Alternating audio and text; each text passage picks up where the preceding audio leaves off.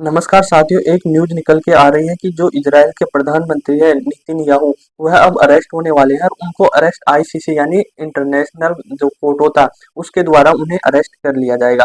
मतलब बेसिकली क्या होती है कि कोई भी अपराध करता है या कोई भी जुर्म करता है, नॉर्मल आदमी लोकल आदमी, तो उसकी देश की पुलिस या वहाँ के लोकल पुलिस मतलब उसको गिरफ्तार कर लेते हैं और उसको उसके देश के कोर्ट को सजा देते हैं और कोर्ट सजा देता है और उसको उसके बाद में वो सजा काटता है।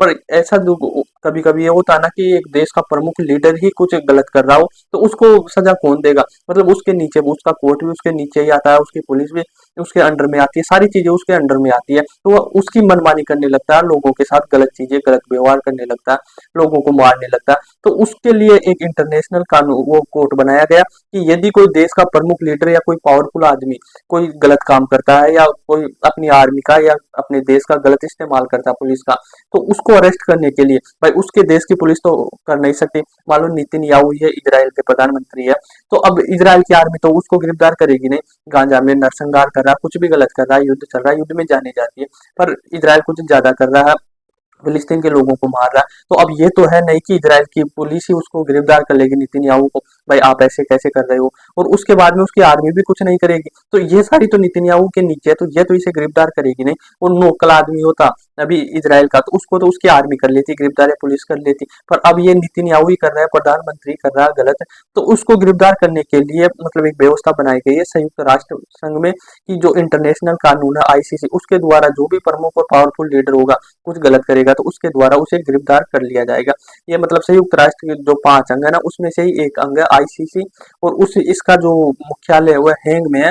और इसकी मेन चीज क्या है कि जो अरेस्ट करती है, मान लो ये नेतन्याहू को अरेस्ट करेगी, तो इसकी पर्सनल जो आईसीसी है ना, उसके पास ना तो को अपनी पर्सनल आर्मी है, ना पुलिस है, तो ये गिरफ्तार किस रूप में करती है। तो इसका एक गिरफ्तार करने का एक प्रोसेस होता है कि जो इसके सदस्य है ना, 193 सदस्य है, तो यह नेतन्याहू यदि आईसीसी गिरफ्तारी वारंट जारी कर दी नेतन्याहू के खिलाफ, भाई इसे पकड़ना है, तो ये इसकी पुलिस तो है नहीं, आर्मी नहीं है, तो ये पकड़ेगी किस प्रकार कि इसके जो सदस्य है ना, देश है 193 देश, नेतन्याहू इन तरह 193 देशों किसी भी देश में जाएगी तो उस देश की आर्मी या पुलिस द्वारा इसे पकड़ लिया जाएगा। ये खुद की आर्मी तो है नहीं, तो इनके द्वारा जो मान लो कोई देश साउथ अफ्रीका इसका देश है, मेंबर है, मान लो है भी, सदस्य भी है और वो मेंबर भी, तो कभी यदि नेतन्याहू वहां पर जाते हैं और इनके द्वारा अरेस्ट वारंट है आईसीसी द्वारा, तो इसे गिरफ्तार कर लिया जाएगा। अभी पिछले दिनों में आपने देखा होगा कि जो रशिया के वो है राष्ट्रपति है पुतिन है, उनके मतलब उन पर भी ये अरेस्ट वारंट जारी हो चुका।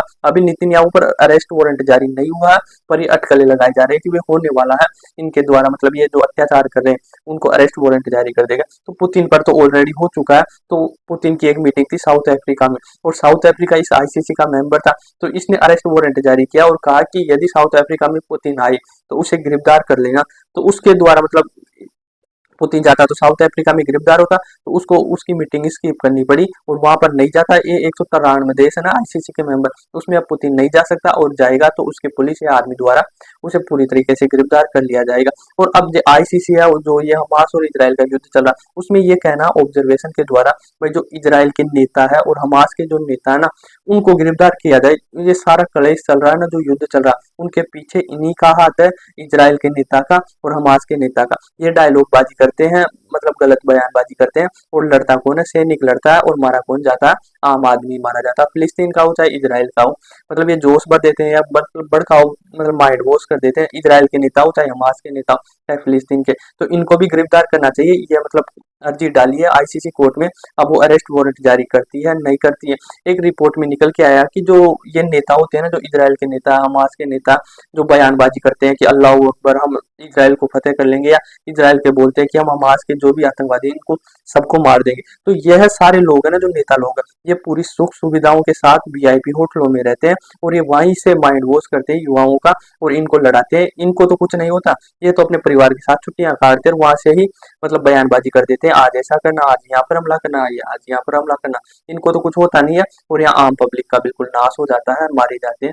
तो यही है कि जो आईसीसी ने अभी ये कहा है, जो रिपोर्ट डाली है ना बानू प्रताप बानू ने, उन्होंने ये कहा कि जो इजराइल के रक्षा मंत्री है और जो और भी नेता है एक दो, और जो हमास के नेता, इनको भी गिरफ्तार किया जाए, क्योंकि ये कुछ ज्यादा ही वो हो रहे हैं। तो हाल फिलहाल में तो यह हुआ नहीं है, हुआ पीछे कारण यही है कि जो नेतन्याहू और इजराइल के पीछे बहुत बड़ा हाथ किसका? अमेरिका है। तो अमेरिका इसे मतलब होने तो नहीं देगा, मतलब गिरफ्तारी वारंट जारी नहीं होने देगा आईसीसी का। पर जो पुतिन है वह तो पुतिन के खिलाफ तो हो चुका है, तो वह तो इन 193 देशों में नहीं जाएगा, जाएगा तो गिरफ्तार हो जाएगा। पर अब आने वाले दिनों में ये देखना होगा कि क्या आईसीसी जो इजराइल के प्रधानमंत्री नेतन्याहू है या उनके रक्षा मंत्री है, उनके खिलाफ अरेस्ट वारंट जारी करती है, नहीं करती है। और मैं ये एक चीज और बता दूं आपको कि भारत इसका सदस्य नहीं है, ना चाइना है ना ही अमेरिका। यदि नेतन्याहू के ऊपर अरेस्ट वारंट जारी हो जाता और फिर वो भारत में आते, तो भारत उसे कोई अरेस्ट नहीं करेगा, क्योंकि भारत इसका सदस्य नहीं है, 193 देशों में नहीं आता। तो भारत में आ जा सकता है, चाहे पुतिन हो चाहे कोई और हो। तो ये इन देशों मतलब इस आईसीसी कोर्ट ने इंटरनेशनल कोर्ट का सदस्य नहीं है। तो यदि आईसीसी किसी पर भी और अरेस्ट वारंट जारी करती है तो भारत में आ सकता है, भारत कोई गिरफ्तारी नहीं करेगा। पर 193 देश है जो इसका सदस्य है, यदि इन देशों में चला जाएगा तो गिरफ्तार होगा 100%। तो आई होप आपको समझ में आया होगा। धन्यवाद।